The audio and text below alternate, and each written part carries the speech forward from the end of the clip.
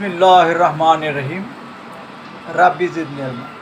সোহেল বুখারী প্রথম খণ্ড 955 নম্বর হাদিস।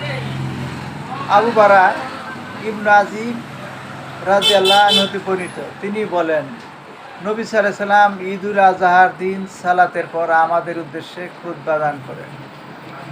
খুতবায় তিনি বলেন যে আমাদের মতো সালাত আদায় করলো এবং আমাদের মতো কুরবানি করলো, সে কুরবানির রীতিনীতি যথাযথ পালন করল।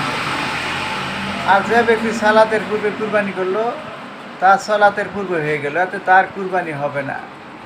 বারায়ের মামা আবু বর্দা ইবনে নিয়ার রাদিয়াল্লাহু আনহু বলেন, হে আল্লাহ রসুল, আমার জানা মতে আজকের দিনটি পানাহারের দিন, তাই আমি পছন্দ করলাম যে আমার ঘরে সর্বপ্রথম জবে করা হোক আমার বকরি।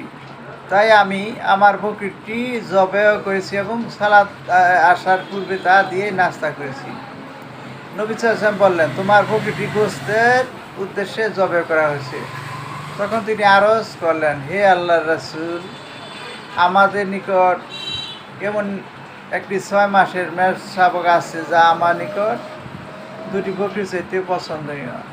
এটি কুরবানি করলে কি আমার জন্য যথেষ্ট হবে? তিনি বললেন, হ্যাঁ, তবে তুমি ছাড়া অন্য কারোর জন্য যথেষ্ট হবে।